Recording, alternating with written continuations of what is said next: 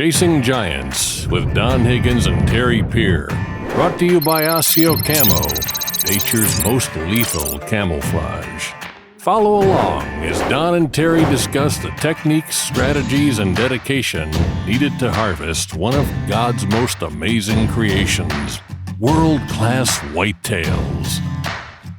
Welcome, everyone, to the Chasing Giants podcast, episode 266, brought to you by Osseo Gear with Don Higgins. I'm Terry Peer. Don, this episode will air on March 30th. Kentucky has lost to Tennessee, but you're honoring the bet. We need to go ahead and show off the t-shirt. Mysteriously, this thing showed up in my mail this week. And I have no idea who would send me such a shirt, but for those of you who missed last week's episode, Don and I had a friendly wager about the UK-Illinois Illini basketball game, and the loser had to wear the other shirt. I just happened to find one for those listening that says, "I love you to Kentucky and back," blue with white letters. So, Don, will this t-shirt make the rotation? It's going to make something. It's probably going to make maybe a Code Brown wipe or something. Grease rag for checking the oil in the tractor after the episode. Then I'm not afraid to wear it. Got lots of friends in Kentucky, so there you go. I love you to Kentucky and back. Thanks for being a good sport about it. Well, let's talk deer hunting, and we got a full show today. You've been doing a lot of habitat work, and there's some things that I really want to pick your brain on. The theme of this one, this episode is going to be make a good stand great. We're going to dive into some things that you're doing on the farm to do that, and also some continued conversation on fruit trees and protecting them. I think you've done quite a bit of fruit trees. We got, you're doing Sunday night prayer time, so we're probably just going to go straight into that at the end of the episode, but let's kick it off. And what the thumbnail and what the title of this episode is, let's figure out how this time of year we can make a good stand a great stand. Well, there's all kinds of ways to do that. You know, I'm always doing that on every consulting visit, and but I'm also doing it on my own property. So, you know, it's basically either you're using a negative or a positive. So you can use a negative to push deer your way, or you can use a positive to pull deer your way. A good example of a negative is you drop a tree across the trail that's out of your shooting range to force the deer to go around it and come closer to your stand. A positive is, I don't know, you plant a little kill plot in front of your stand or a couple fruit trees in front of your stand to pull them to your stand. So a negative pushes, a positive pulls. And a lot of times I'll combine both at the same location. I'll do something to force deer in my direction, and at the same time I'll do something to encourage them to come that way. A rope scrape, for example, is a positive that'll encourage them to come your way and come within shooting range, and just a whole list of little things we can do. And you know, during the season I'm always taking notes on my phone as I sit in my tree and tree stands, and you know, I'll note the stand name or location, whatever. Then I'll list what I think I could do there to make it a little bit better. And what we're trying to do is concentrate deer movement past that stand. And, you know, I see very few guys doing that on my consulting visits even. And, you know, I think most people that own a hunting property, they hunt it the same way they would a permission property, with maybe just a little bit extra, like putting in food plots or something like that. But, right, you know, basically they're going out there and they're looking for deer sign, and where they see the most sign, that's where they stick their stand, and they leave it at that. And a lot of things they don't take into consideration. Sometimes one of the things I'll do is just improve access to the stand. You know, maybe plant a screen of miscanthus or something so I can get in and out of the stand without being detected, so that I can get more hunts from that stand each season without burning it out. But I don't think most landowners fully take advantage of the situation when they own land. Well, let's talk a little bit about specifics of what you and I are both going to do with our limited edition Chasing Giants 360 blind wrapped in Osseo Camo. We both have one of those on the way. And let's take this minute to just talk a little bit about the setups of it. Maybe we can even document some of this for Chasing Giants TV as it's going in, or documenting where we're setting it up. But both of us, with this limited edition blind, we have something a little special kind of planned for it. Let's talk about that for a minute. Well, I think that my blind, my Chasing Giants blind, is going to be the best spot on the whole farm when it's all said and done. And I started working on this project a little bit yesterday. And so there's one location on my farm. It's kind of an inside corner, but it's also where several different things come together. It's right in the corner of my wooded sanctuary. It's right in the corner of a field, my biggest switchgrass planting, and it's got two different food plots, right there. Also a fruit orchard right there, and a row of pine trees that all come in, and it's almost like a hub, hub of a wheel with spokes going out. There's just a lot of things coming together right there. And I've got a blind that's not too far from this one, but it's not really where it needs to be because it's just out of shooting range of a lot of deer activity. And I've got a stand fairly close to where this blind's going to go, but at the same time, it's just a little bit outside of a lot of the deer activity. Now, either one of them, you could shoot a good deer there every single season, but you also see a lot of deer that are just out of your shooting range. And I can't believe I didn't think of this before. It's just one of them things that is so simple, yet I totally overlooked it. So right at this hub where everything comes together, years before I owned the property, the previous owner had brought in a big, like a tanker car with the ends cut out, and it had a land bridge there on the creek. Well, the creek has washed away around one side of that big tanker, and it's still sitting right where it's been for probably 50 years now.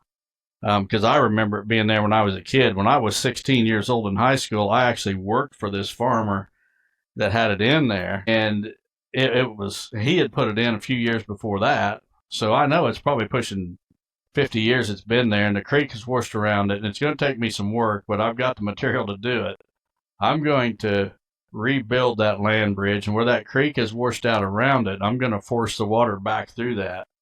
And I've got a lot of concrete chunks and such that I can, dump in the creek right against that tank, and then put dirt over it, and I'm going to create that land bridge. But so that will pinch the deer down as they cross the creek about 20 yards or 25 yards in front of that blind, but they're also crossed the other direction. So they're pinched down two different ways right in front of that blind. And I'm telling you, this is the spot on the farm. Some of you guys listening are probably going to recall the video of Mel, the hunt for Mel. And on that hunt, I show him coming in and working a scrape. I put a trail camera on video mode on a scrape on the edge of a soybean plot. And he came out. I watched him from a distance come out 2 evenings in a row and work that scrape. But it's also the spot, if you watch the Smokey video, Smokey runs away from me after the shot, and he's standing there at the edge of the switchgrass with blood pouring out of him, and he tumbles back into the switchgrass. Well, that little corner down there is where this is at, and it's just such a fantastic spot. But it was about impossible to slip down there and put a tree stand in any of the trees that existed because of the wind direction. As I mentioned earlier, I got to stand close, but that stand, in order to play the wind and not be detected, I had to back it off just a little bit. And because it's backed off, I miss a lot of deer activity. But by fixing this land bridge, I have no doubt I'm gonna bring a lot of that activity right in front of this blind, right at that land bridge. And the other thing I'm going to do is I'll put a rope scrape there as well to stop these deer, so they're not just quickly passing through. But that stand, I have no doubt in my mind, it's going to be the number one spot on the farm to hunt. So for those of you who have been to Don's master class, you actually get to go to the blind that's close to where this is going to go. But I've hunted out of that spot, and you kind of have to let the deer get out into the food plot before you have, and that's, you can only got a shot at one food plot. by you pushing this over into that inside corner, if they're crossing the creek going to the other food plot, which is where Smokey died, you still have a shot at it. But all of this work, what's so fascinating to me about it is all of this work, and you're only going to be able to hunt it with a southeast wind, which is probably one of the least predominant winds that you have. But when it is a southeast wind on your farm, it's dynamite. Yeah, I don't think people understand how much work I'm putting into this one blind either, because I spent most of a day in there this week clearing some brush that would be in the way for shooting. So I was basically clearing my shooting lanes with a chainsaw and a skid loader to get to where this land bridge is going to be. And I'm going to say it's probably going to take me 3 full days to fix this land bridge, because I've got the concrete chunks to go in there in the creek, but I've got to haul it, and it's going to take several loads. So I'm going to say it's going to take me at least 2 days to haul the concrete, and then another day to get it moved into place. And I'm going to have to probably have a semi-truckload of dirt brought in to put on top of that. And so, we're looking at probably 4 solid days of work for one blind, but it's going to be the best blind on the farm when it's done. Well, one blind that you already have a tree stand and another blind within what? 45 yards, 50 yards? The tree stand is probably about 30 yards, 35 yards away, and the other blind is probably about 40 yards to the other direction. And I'm going to keep them too. Don't get me wrong, I'm going to keep them, but this blind is going to be the spot. I hunted in that tree stand several times this year and got some unbelievable footage with a southeast wind of those bucks running up and down the west side of your sanctuary. So, you talked about the pluses and the negatives. I think about the tree stand where King David was killed at.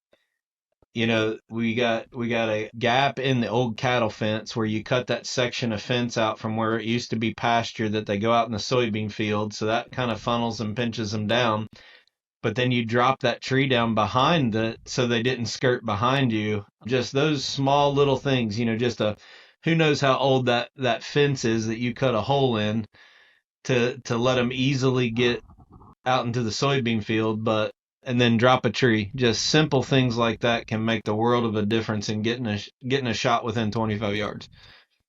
Yeah, and like I said, my mind is always reeling when I'm sitting in a stand, and I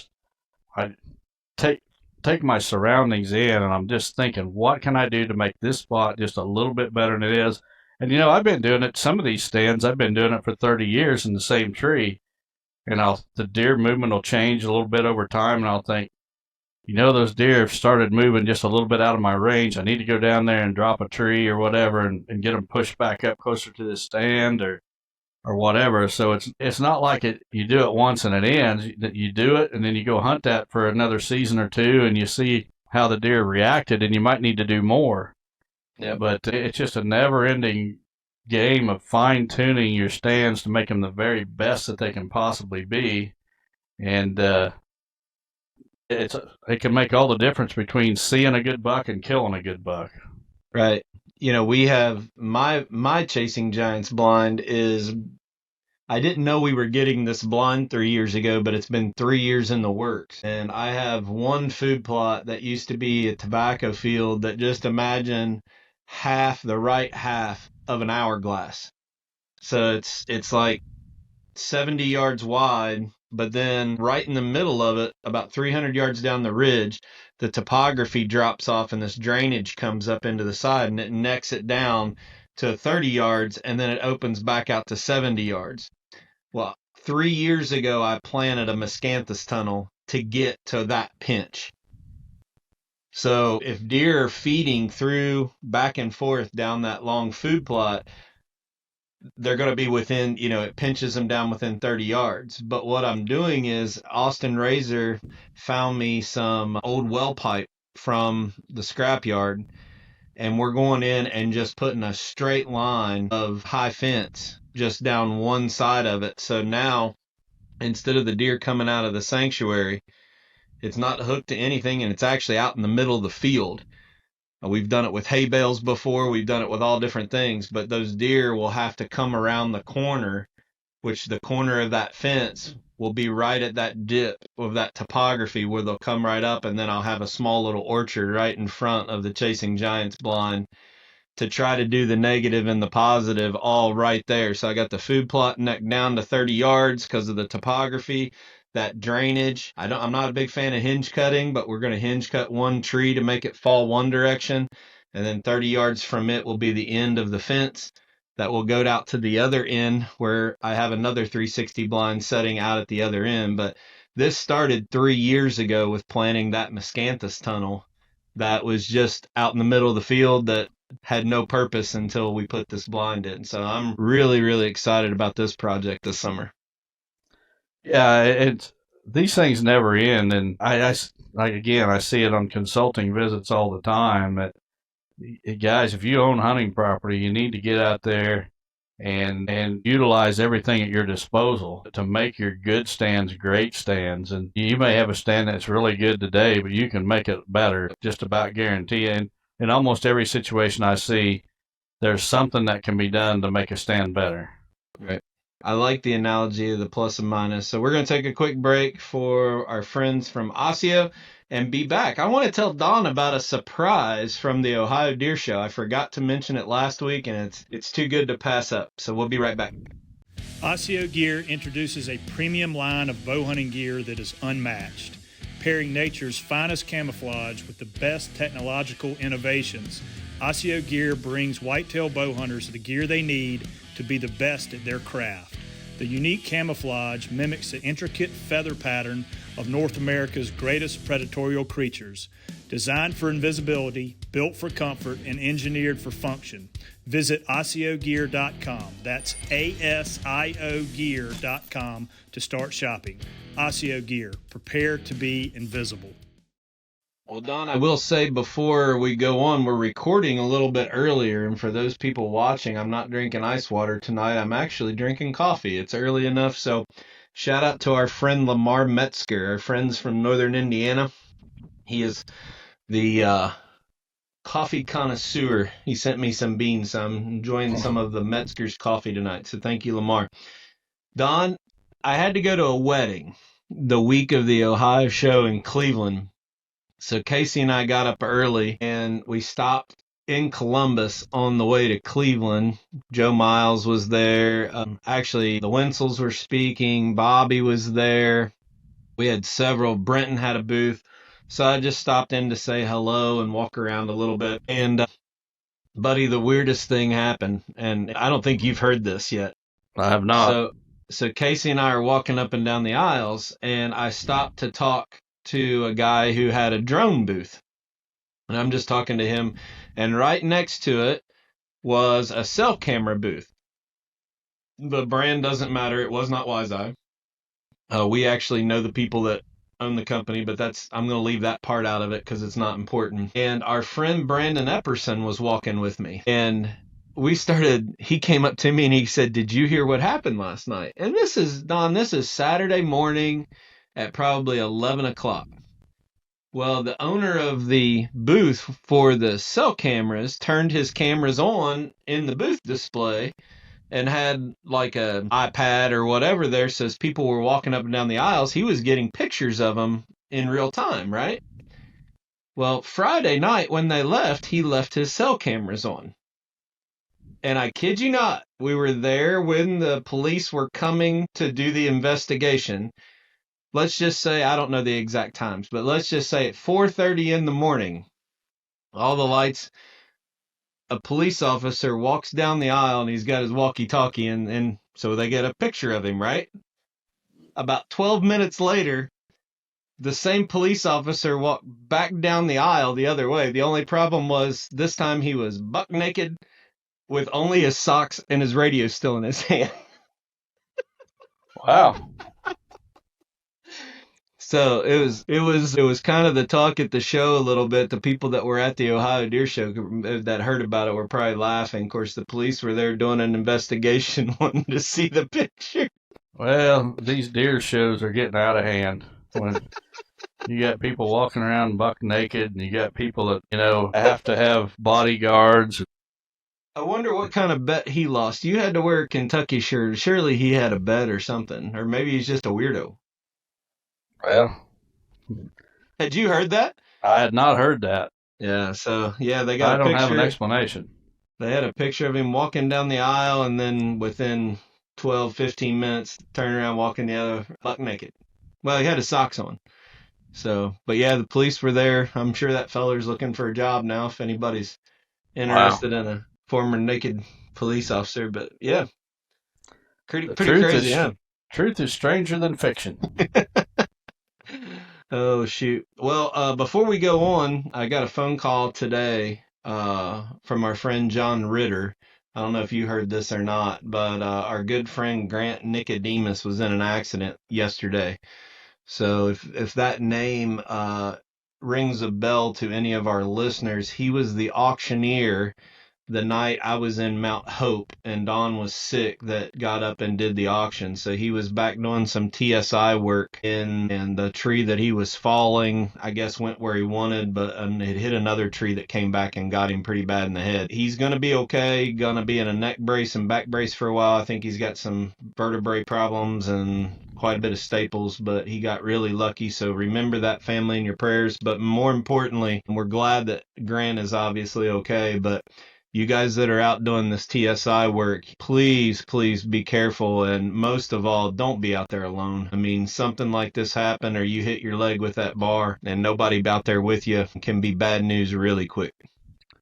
Yeah, I know John is Grant's father-in-law, and I've done consultations for both Grant and John, but was it not this week, last week, I was in Wisconsin doing all those visits, and I've got a client out there that I've done multiple visits for, and then I visited him again that week, and he had a neighbor that was helping him do some TSI work, and the neighbor had actually just been killed a couple weeks before I got there with a tree falling on him. I guess there was a big grapevine that somehow when the tree fell, it didn't fall the direction he thought it was going to, and that grapevine caused the tree to spin and killed him. So you're right. You're out there cutting. You need to be really careful. Yep. Well, I'm going to go ahead and go to our 60 Blind Higgins hot seat since we're on this topic, and then we're going to come back to fruit trees. So we're a little bit out of order this week. But while we're talking about being careful, Don, your hot seat question of the episode is looking back since you started doing habitat management. Does any close calls or accidents come to mind that you think about where you either got hurt, almost got hurt doing something for deer hunting, and maybe some advice to the listeners out there to not make the same mistake you did if anything happened? Have you ever had a close call or gotten hurt on something? Well, not with habitat work. There was one time I was climbing a stand. This is 30 years ago, maybe more, that I was climbing a stand and used to screw in steps. Screw in steps used to be my preferred way to hunt, the hang on stand, and hardly ever do that anymore. But back then, that's about all I did. And I remember I was climbing up into a stand, and my foot slipped off the peg, and I started to fall. And just there happened to be a branch about the size of a baseball bat coming out of the tree, right about shoulder high on me. And as I slipped off of that step, I grabbed that branch and literally was hanging by one hand on that branch. I was probably 15 feet or so off the ground, but if that branch had not been there, I would have fallen. And I was in pretty good shape back in those days, and I caught myself with one hand and kept myself from falling, and then reached over with the other hand and, grabbed a step and pulled myself over and got my feet back on the steps. That's probably the closest I've ever come to a serious injury, while I'm tied to deer hunting anyway. Yeah. It those screw-in steps for a long time, they were really our only tool. It wasn't till, good grief, was it 20 years ago or so, API came out with those rapid rails that you could strap around a tree. And that's why I like using those telephone towers that you have. Not only are they really tall, they're there forever. It's a great tool. They're a pain to get up. You got to have a skid loader or something to get them up in the air, but they man, it's a wonder, as much as we're out and out by ourselves, that we haven't had any more close calls than what we do. We talk about sometimes you putting stands or keeping stands out, this time of year. And I don't think our listeners understand the precautions that you take with your lock-on stands if they're going to stay out in the woods, because if you're using just straps on these things, folks, we do not want you don't recommend, because either the cables can rust and break, or the bolts can rust or break, or that strap can rust or break. So when we were actually sponsored by a tree stand manufacturer, they didn't want us talking about this, but we don't have an affiliation with a tree stand manufacturer anymore. So talk to everybody just a little bit about what you do on a lock-on stand if you're going to leave it out. Yeah, I still do have some, but the way I get in the tree is these TV towers that Terry talks about that everybody used to have next to their house with a TV antenna on top of it. Those make great climbing sticks if you own your own property, and it takes a skid loader to put them up, like Terry said, but you get them there and you chain them to the tree and they're not going anywhere. But when it comes to these lock-on stands, what I do is the cables that typically go from the bracket that goes against the tree down to the platform itself where you stand, those things are notorious for rusting away, especially around those crimp sleeves. Moisture gets in there and they just eventually rust away, and you don't know it till you stand on it and boom, the bottom falls out of your platform. So I replace those cables with a lighter chain. It's not a heavy duty chain, it's a lighter chain, but that's not going to rust away. And then attaching that to the tree, I use chain. I've come up with my own chain, and I wrap that chain completely around the tree, completely around the stand. And then the end of that chain, I use a bolt, and I'll slip the bolt through the chain and with a lock nut and washers, and I'll make sure that the only way it's coming loose is if that chain breaks, and I've never seen the chain break yet. It'll grow into the tree if you leave it there long enough, but I've yet to see one break. And by replacing those cables with some lighter chain and using a fairly heavy chain around the tree, I've never had an issue, and certainly hope I don't, but you got a stand that needs to be replaced this year, though. The one right up in the big oak tree from where we're talking about this stand, it's been up there I don't know how many years, but it's starting to rust enough that we need to get that one replaced this year. Yeah, and I will. That's on my list. I was just looking at my notes on my phone a couple days ago, and I got a pretty substantial list of things that I need to do. But I'm about to wrap up consulting season. I think I've got 3 more properties or 4 to do. So I'm going to have plenty of time in April and May to get some of these things done, and that's definitely on the list. Yep. Well, we want to continue to, like I said, keep Grant Nicodemus in your prayers. He's obviously a faithful listener, great friend of Don and I's.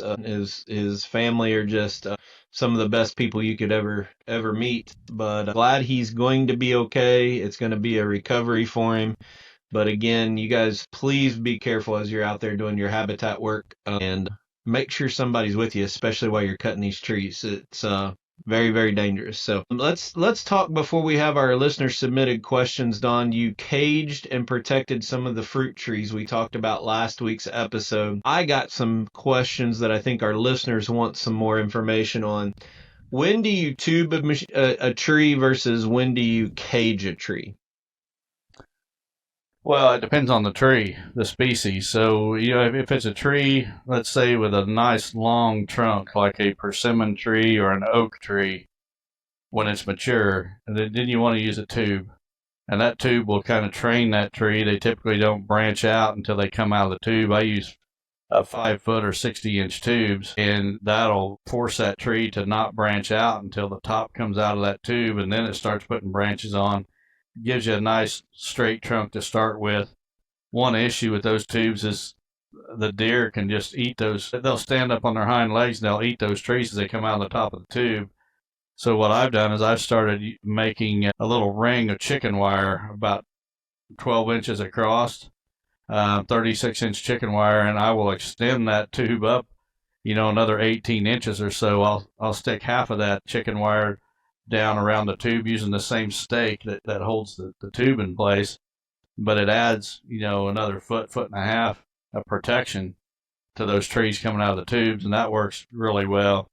for caging, caging is for trees that have a different type of branch structure, like an apple tree. You know, it branches out low to the ground. You don't want to put an apple tree in a 5-foot tube and then have a 5-foot trunk on that. That they just don't grow that way. You know, they got a branch structure that starts branching closer to the ground, and they got a nice full canopy down low.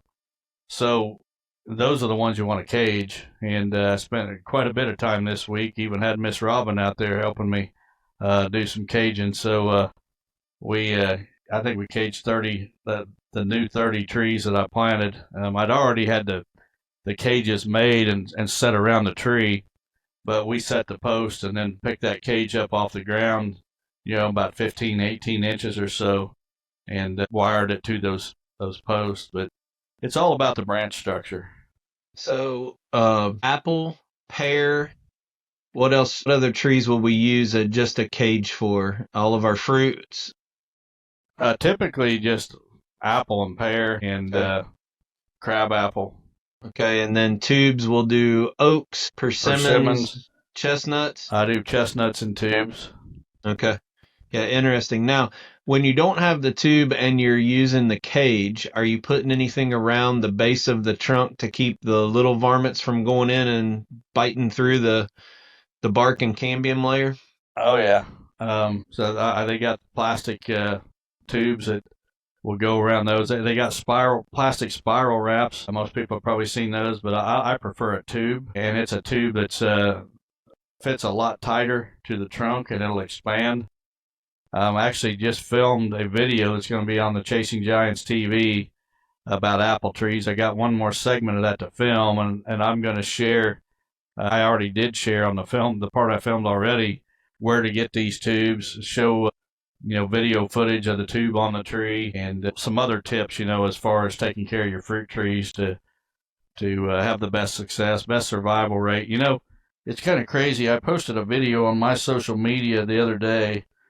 You might recall I was in Wisconsin and I came across a fruit tree planting that the trees were planted way too close together. They was planted about 12 feet. The first row was actually right up against the woods where big branches off big oaks and other big trees were right over the top of these trees. And, I made that video there on the spot and posted it, and I got I probably got more negative comments than I did positive. And all these internet experts telling me that blah, blah, blah, I'm wrong because, maybe those trees are dwarf trees and they can be closer together, or half your trees are going to die anyway. So you go in there and you see which ones survive, and then you cut out the dead ones and you got your good spacing and blah, blah, blah.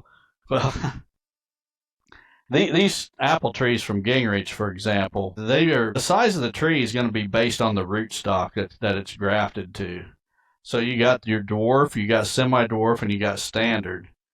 Well, what Andy's done with these apple trees for Gingrich is he's got the biggest rootstock he could possibly find. And if you ever get a chance to see his presentation, you need to check it out, because he's got pictures of some of these trees. And I'm telling you, they're huge. They're at least 30 feet tall and at least 30 feet across. And they're just huge trees. And that video I made, those trees were 12 feet apart. And, you could take every other one out and they're still too close together. And then the people were saying, that they maybe are dwarf or semi-dwarf. Well, it doesn't matter on the situation with the fruit orchards for wildlife that I'm doing. They're basically a clover plot that's on steroids, is what I call it, because it's a clover plot with these fruit trees in it. And you want those trees spaced far enough that the clover is not just being shaded out 24 hours a day. You need to get some sun around them, and that spacing those things out will keep your clover going and give the tree a chance to reach its maximum growth and fruit producing potential. If they're fighting each other for space, well, the yield's going to suffer. You spread them out, you get more on one tree than you can two that are crowded. So there's a lot of tips in this video I just filmed, and kind of anxious to get the other part filmed. Maybe do that tomorrow after church and get the video footage submitted so that we can get that one out pretty quick. The only thing you're missing on that is somebody telling you to not plant native trees. That was the only thing we were missing. Well, I'll tell you, anybody listening needs to go to my YouTube channel, and there's a video on there about the, what's it called, the all native lie or the all native fallacy or something about that, about these groups that claim you should only plant native species. And I go through a list of all these plant species that are not native, and apple trees are on the list. Apple trees are not native to this country, nor are pears. And in fact, probably 10 of the most popular food plot items, soybeans, corn, go right down the list. None of that stuff is native to the United States. And clover is not native to the United States. And these all native liberal yuppie freaks that I call them, probably wearing purple hair out to their deer plot or whatever. I can just about guarantee you there's probably something on every one of their farms that is not native. Yep. No doubt about it. So before we move on to the Midwest Land Group's segment for our listener submitted questions, a couple weeks ago we talked about our new friend Emerson Day giving us a shout out on a podcast. So we appreciate that. So in return, I wanted to tell everybody that Emerson just released a new single with Zach Williams this week. So if you're wanting to check that out, I think it may be just released on Friday. It was the end of this week, but she had a duet with a very famous singer, Zach Williams. It's fantastic. So I told her that we would give her a shout out on that as a return favor. So please make sure you guys all go out and listen to that. But we'll be right back with our listeners submitted questions. Don't risk your most valuable asset with a part-time agent. Most real estate agents are part-time, working another job, trying to scratch together a few extra bucks in real estate as a side gig. Their inexperience will cost you thousands at closing. Not at Midwest Land Group. They only hire full-time professionals. Their agents are passionate about the outdoors, highly trained, and committed to maximizing the value of your land. If you're interested in selling your land, don't risk it with a part-time agent. Visit MidwestLandGroup.com. All right, our first submitted question, it's a dandy. It comes from Mr. Anonymous from Michigan, and you'll know why he's anonymous here. So you guys that listen to the podcast every week are going to remember, what was it, about a month or so ago, some guy wrote in and he wanted to buy a piece of property, and he said he could afford it, but his wife wouldn't let him. And I told him to reach down deep in his panties and see what he was about. Well, this is the question, or this first submitted question is from this same person. And he says, "Thanks for your fantastic marriage advice. You may have stumbled across a new career for yourself. Following up on my question a few weeks ago about buying property, I am currently in the process of purchasing 150 acres. This property is extremely secluded from neighbors, has very little connecting timber, and is primarily surrounded by thousands of acres of agricultural land. The 150-acre property is essentially covered, except for a 13-acre field that will serve as the primary food source. How would you suggest planting this? My idea was 2 acres of clover chicory, 2 acres of brassicas, 4 acres of corn, and 5 acres of beans. This will provide the deer with a balanced diet and will be able to attract them year-round. Do you like this idea, or would you suggest something different?"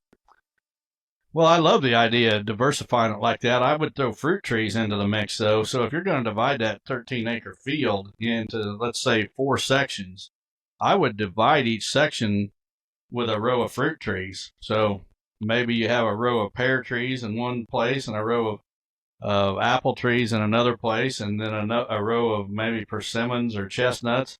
And then that's what you use to separate your different plots, because this will just add more variety to your food offering. So I like the fact that you're keeping all that food together in one location instead of scattering it across the property.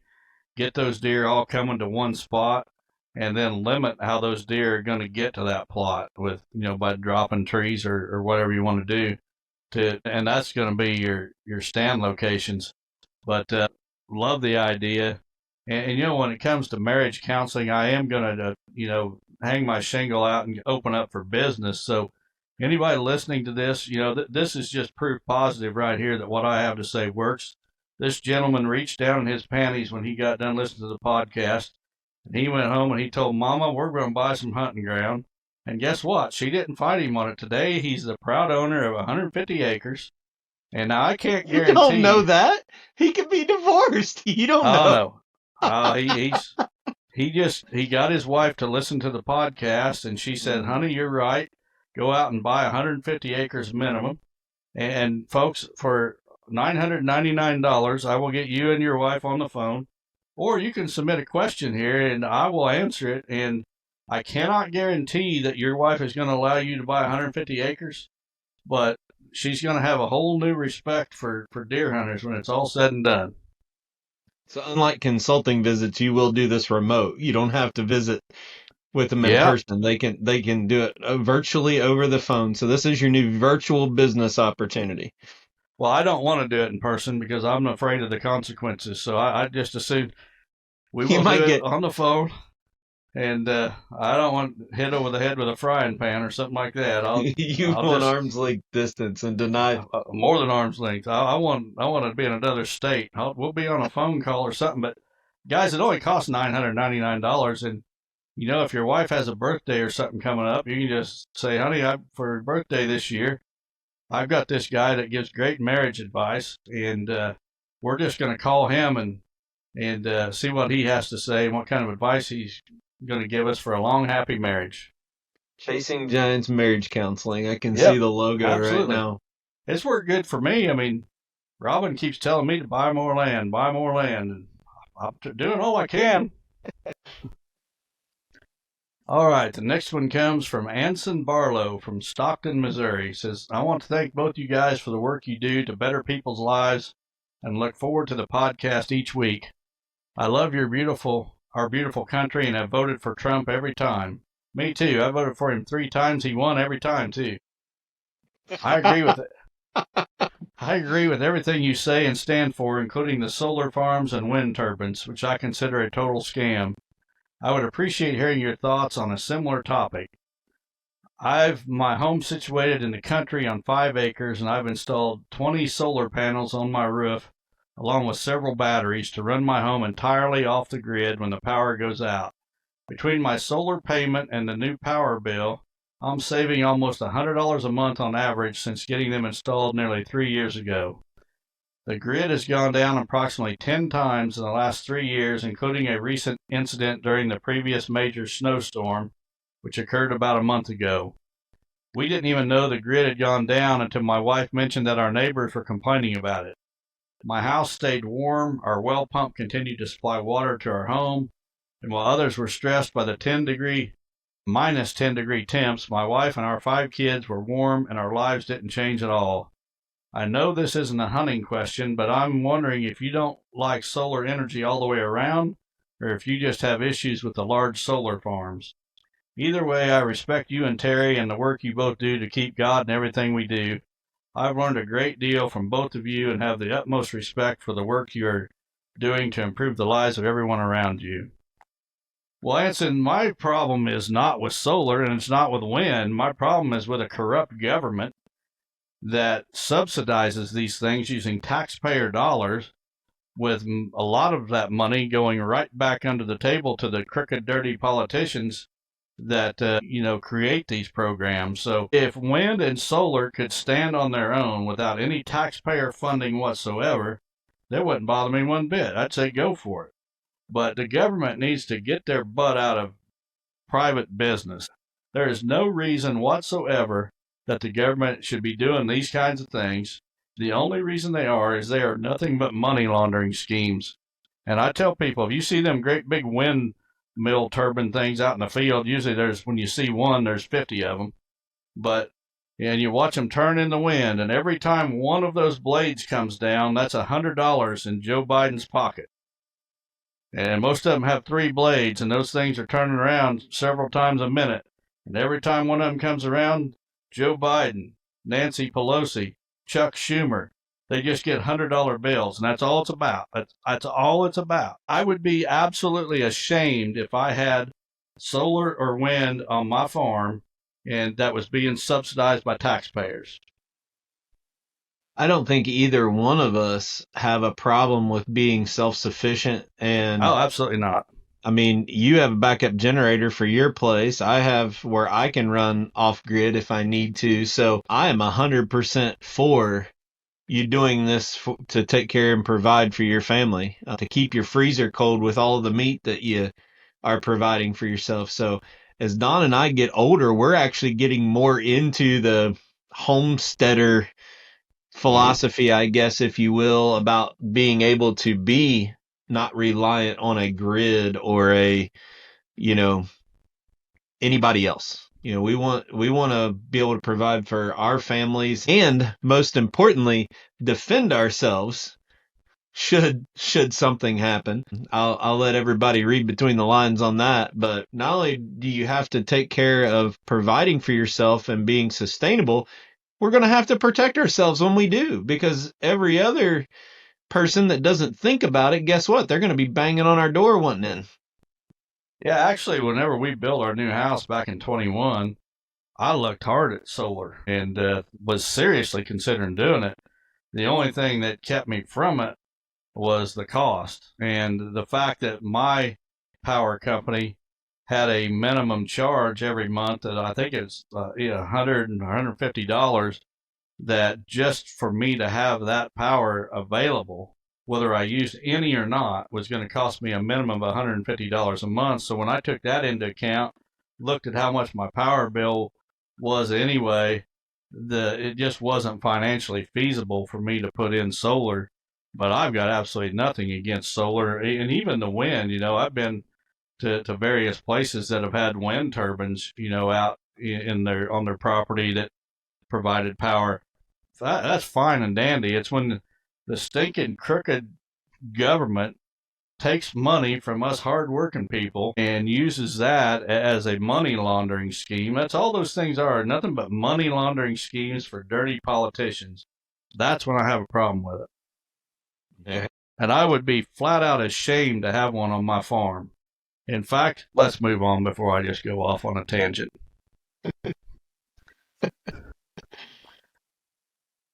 Next question comes from Matt Crouch from Clinton, Indiana. Matt, I hope you don't have any wind farms or windmills or solar on your farm.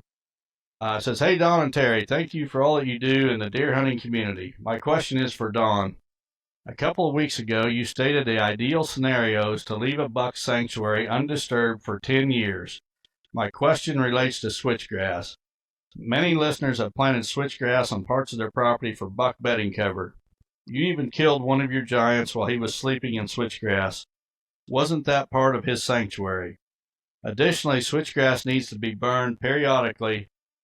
How will this affect his sanctuary when everything is gone until it is rejuvenated?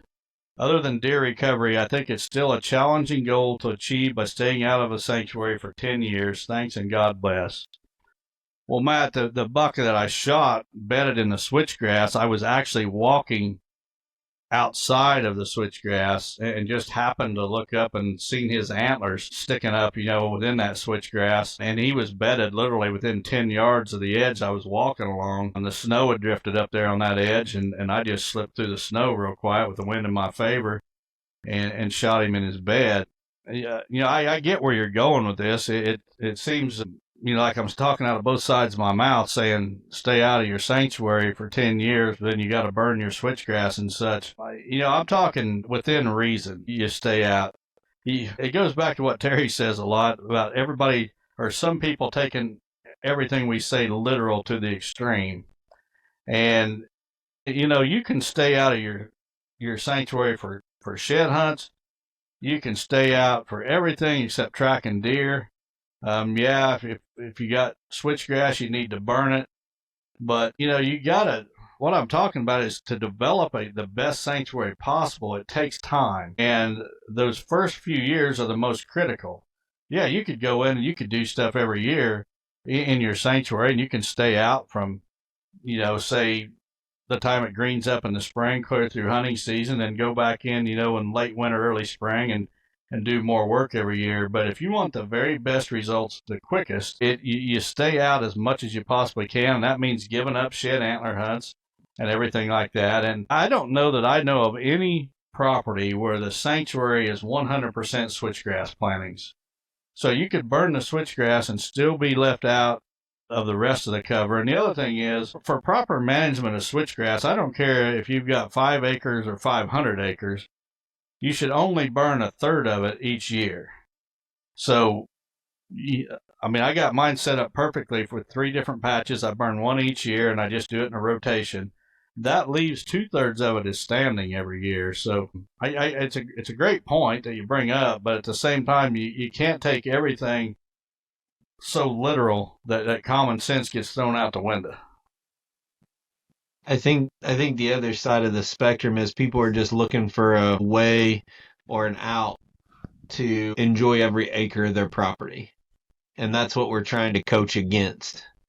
The guys that want to coon hunt, the guys that are wanting to rabbit hunt, the guys that are wanting to shed hunt. You know, there's a sacrifice we make for every time we walk into the woods. And whether that's doing habitat work in the middle of February, you're still putting pressure on it. It's just, how are we minimizing how much we're going to put on it? So, you know, people can make whatever excuses they want about why they have to go and have 4-wheeler trails through the woods, but we only do it certain times of the year. It's your property. Do what you want, but there is a cost for everything that you do on that property in your sanctuary. Yeah, and you know, the title of this podcast is Chasing Giants. We're not telling you how to be a good deer hunter. We're teaching you, and as we're learning too, because we're not, you know, the ultimate experts. I don't consider myself an expert. I'm a student. I'm trying to learn more all the time, and I learn from my consulting clients, pick up things from them. But we're not promoting ideas and tactics for shooting middle-aged bucks. And it's totally different when you're after the biggest of the big, the old mature bucks that have giant racks. And that's a totally different thing. I mean, this is chasing giants, not following dinks.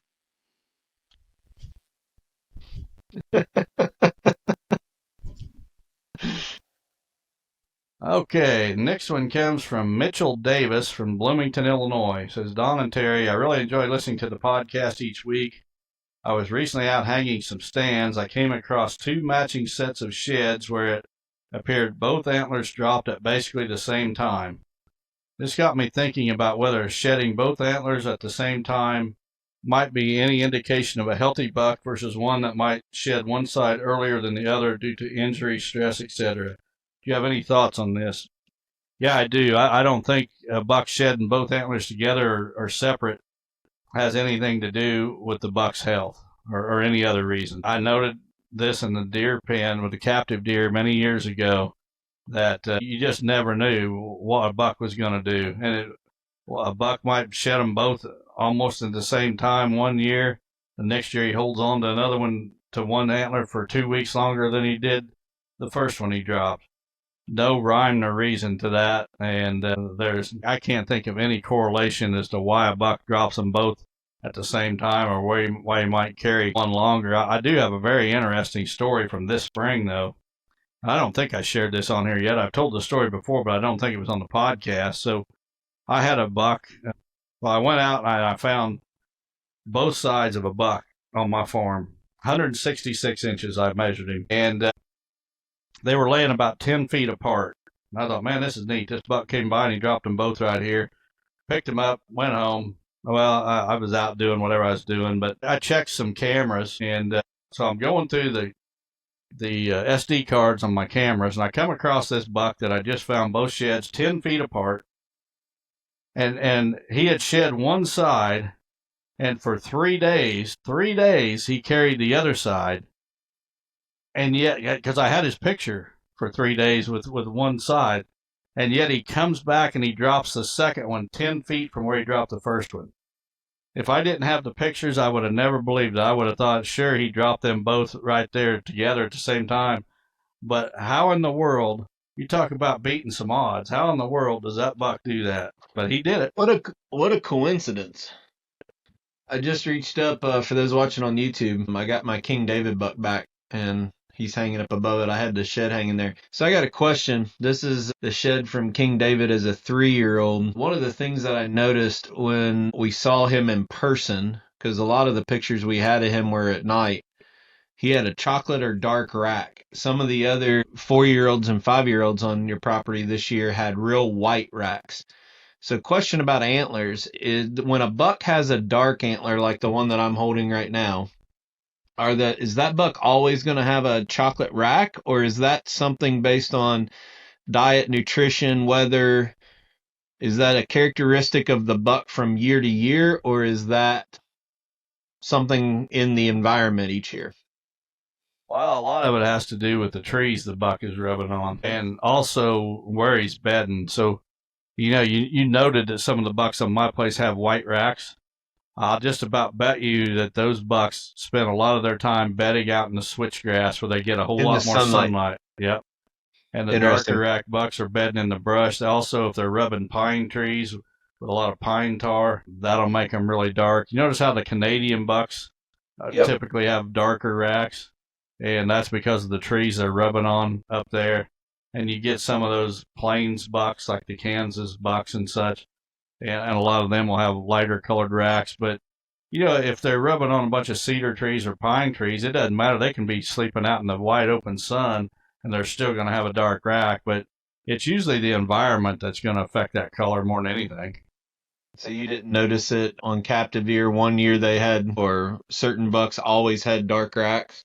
Most of those captive deer had lighter racks because they were out in the sun a whole lot. They was in the open pens more than thick brush. So a lot of captive deer have lighter colored racks. Yeah, it's amazing. Even this deer, his tines were really dark. So interesting conversation. We'd never talked about that, but we'll put the last question of the episode up on the screen right now for you to read. So this one comes from Tyler Neal from Brownstown, Indiana. It says, "Hey, Don and Terry, I was checking my Wise Eye feed today and noticed that here on March 28th, we still have many 1.5-year-olds holding one or both sides. I've heard through research and other YouTube air quotes experts that deer holding longer into spring can be caused by higher testosterone levels due to imbalanced herd ratios. Even as far as there was a captive herd of bucks who were continually exposed to estrus does and would be holding hard-horned racks all summer. Is this something that's possible with a wild herd or a sign that we're managing the land properly with adequate nutrition and limited stress on these youngsters?" Well, I've got to take exception to the supposed research where they took a captive herd of bucks or if it was one buck or a herd, I don't know, and they kept their hard horns all summer long. I don't buy that for a second, just because they were exposed to estrus does for many different reasons. First of all, where are they going to get a continuous supply of estrus does? Secondly, it just ain't going to happen. They're naturally going to shed every year. Now, some of them are obviously going to hold them much longer than others, but usually it's stress. It's almost always stress that causes them to shed early. Yeah, it's lowered testosterone levels that cause those bucks to shed, but that happens naturally. It's just part of God's plan with these critters. After the rut, the testosterone levels slowly start to decrease, and at a certain point, a buck loses his antlers. I notice it all the time that the bigger bucks are typically the ones that are going to shed on time or maybe a little bit early, and the young 1.5-year-old bucks, I see it every year. Those are the last bucks on my farm every year that's going to shed or still have antlers is going to be a 1.5-year-old buck, or a handful of 1.5-year-old bucks will still have their antlers after all the bigger bucks have shed long ago. So for one thing, a 1.5-year-old buck never has the testosterone levels of, say, a 3 and a 4-year-old buck. So I don't know if it's the 3 and a 4-year-old or 3 or 4-year-old buck has those higher testosterone levels and they drop off, where the 1.5-year-old never had that high of testosterone to begin with. So his didn't drop near as far because it didn't have near as far to drop, and thus he holds them a little longer. But I don't buy that research, though, where the bucks hold their hard horns all summer. But I can tell you that, I kind of like to see the bucks hold their antlers later, because that's just a sign that they are not stressed. If they're holding them, into March, even early April, that's a buck that's not stressed. And, this winter we had probably the hardest winter here in the Midwest than we've had for at least 5 years, maybe longer than that.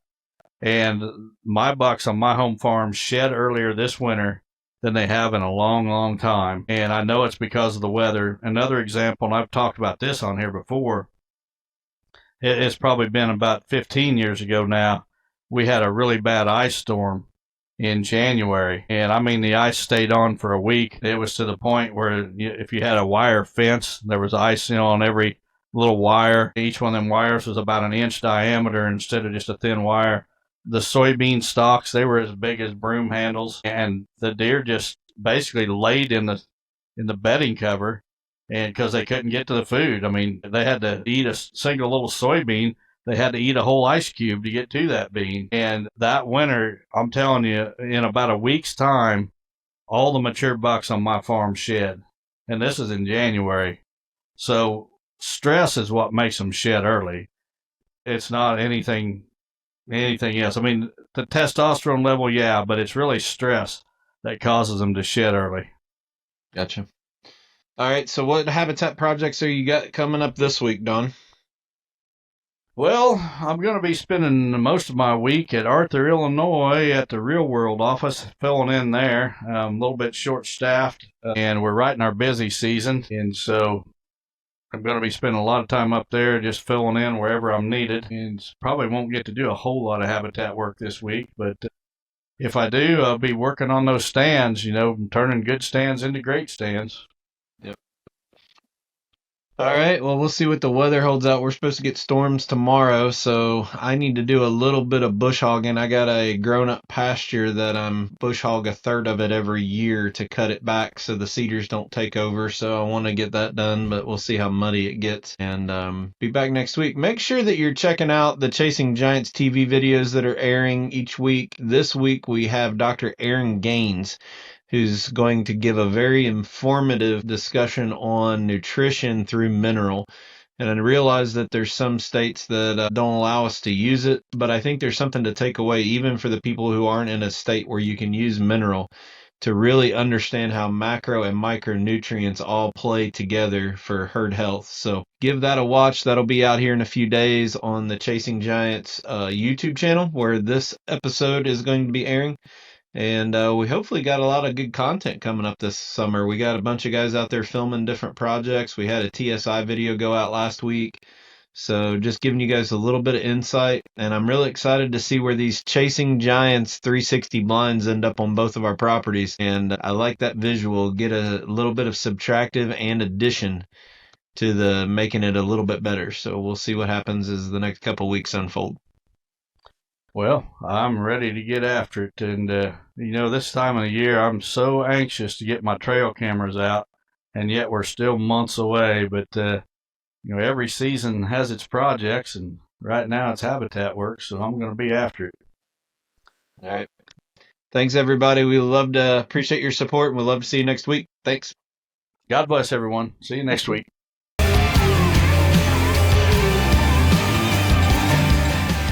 Chasing Giants has been brought to you by Osseo Camo. Thanks for listening, and tune in next week for another episode of Chasing Giants.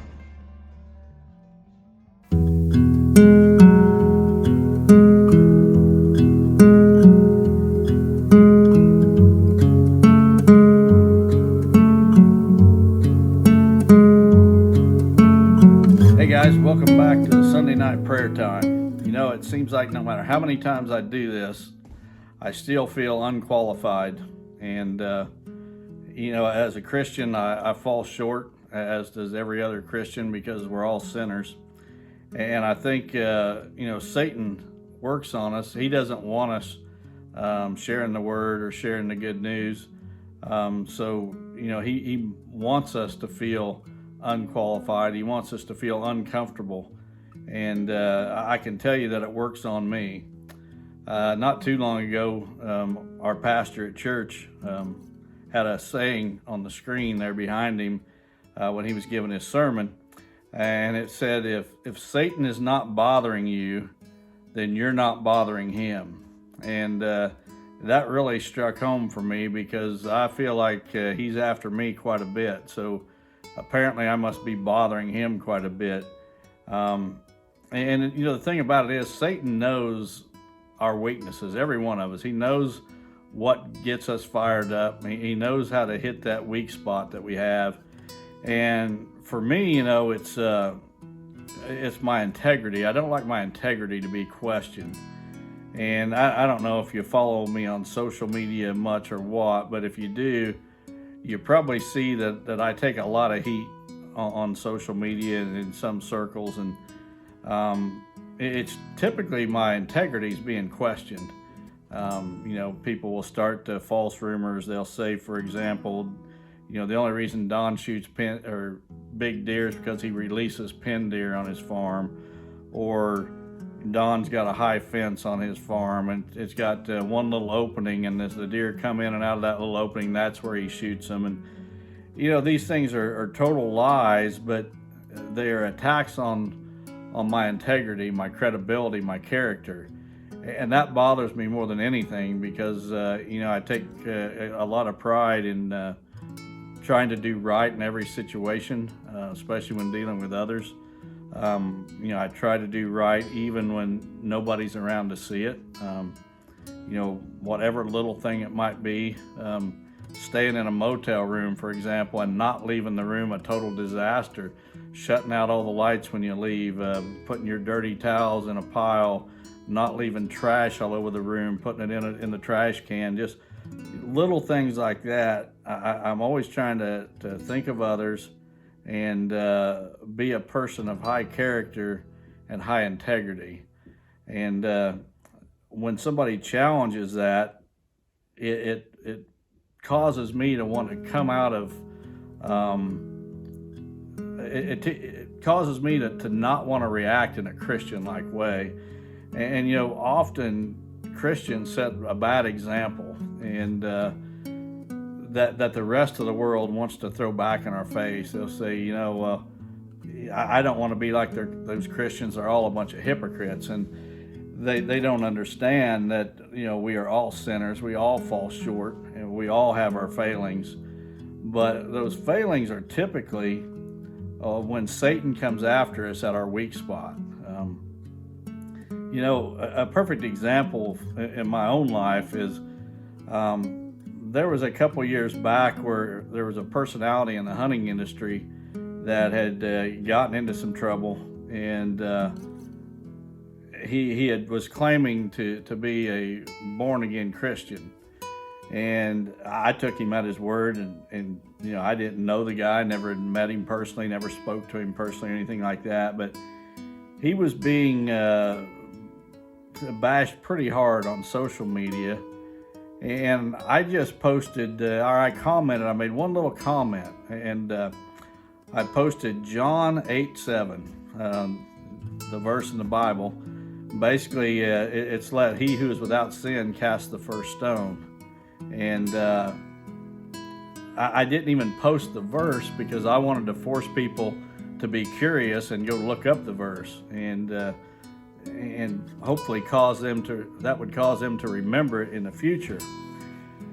Well, to make a long story short, I did run into the individual that I stuck up for at a deer show a short time later.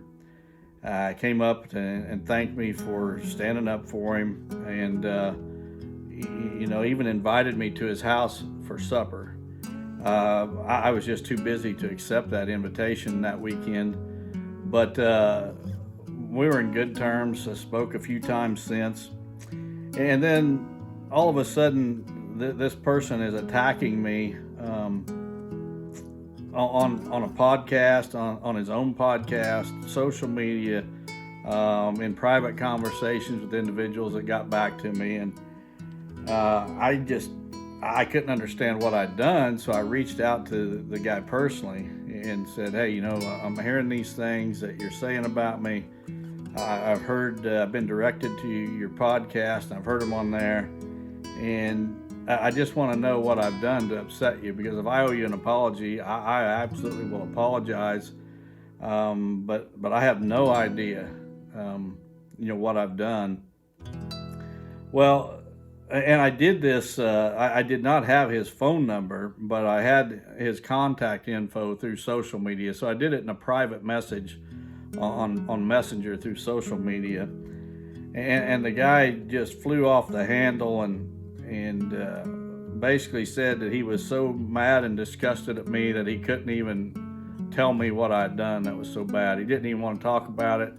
Didn't want anything to do with me. And to this day, I still don't know what I did. And I tried to explain to him, listen, I'm not perfect. If I did something wrong, I'll gladly apologize and try to make it right. Well, he wouldn't give me that chance or anything.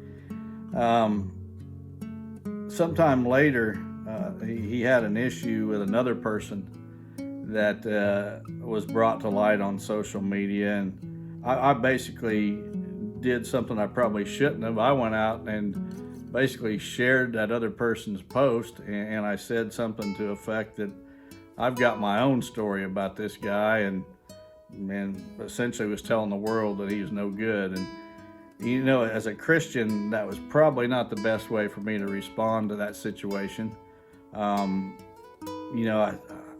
As I've gotten older, I've learned to just walk away and leave it in God's hands, and He'll take care of it. But in this case, my human nature got the best of me, and I tried to take care of the situation myself.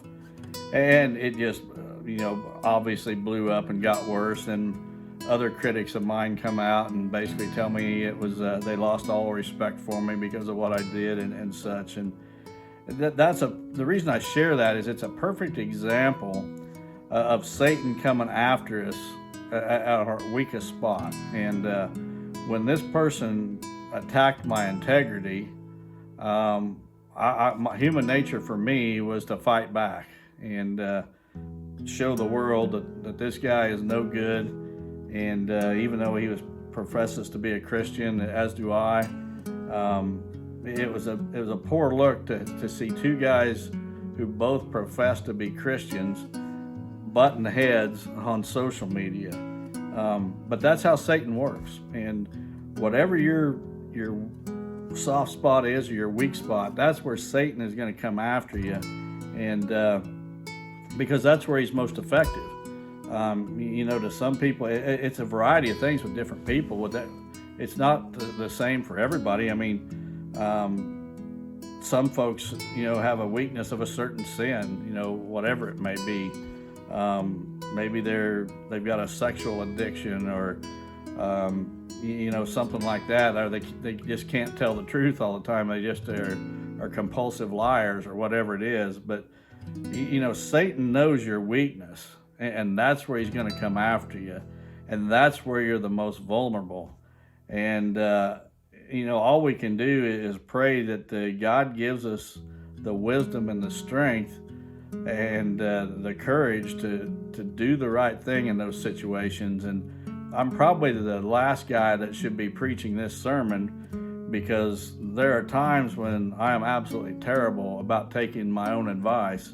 That human nature makes me want to bristle up and fight back sometimes, when I'd be much better off just turning the other cheek and leaving it in God's hands. So, my message this week is just remember that when Satan attacks you, he's going to come after you at your most vulnerable point, whatever that is for you. And if he's not bothering you, then you're not bothering him. Just keep that in mind. If life is good, you don't have any problems in the world, everything's positive, then you're probably not bothering Satan too much. He's probably got you right where he wants you. But, trouble comes to good people, and it comes through your weakest spot. So with that message, I want to end this with a prayer for all of you. Father God, I just pray for each and every person that's listening here to this Sunday night prayer time. Father, I just ask that you give everyone listening the strength to know, or the wisdom to know when Satan is attacking them, and the strength to lean on Christ and not their own understanding, to let God handle these situations, and not for us to try to enact our human thoughts and our human revenge, but to leave it in His hands, and to pray for the other person, whoever it is that may be coming after us in whatever way.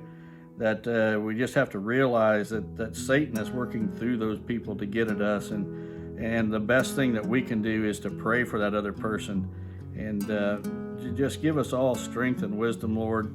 Please bless everyone that's listening to this Sunday night prayer time. Bless their families, give them safety, and Lord, may we always remember You in all that we do. I ask this in Jesus' name, amen. Thanks for tuning in, guys.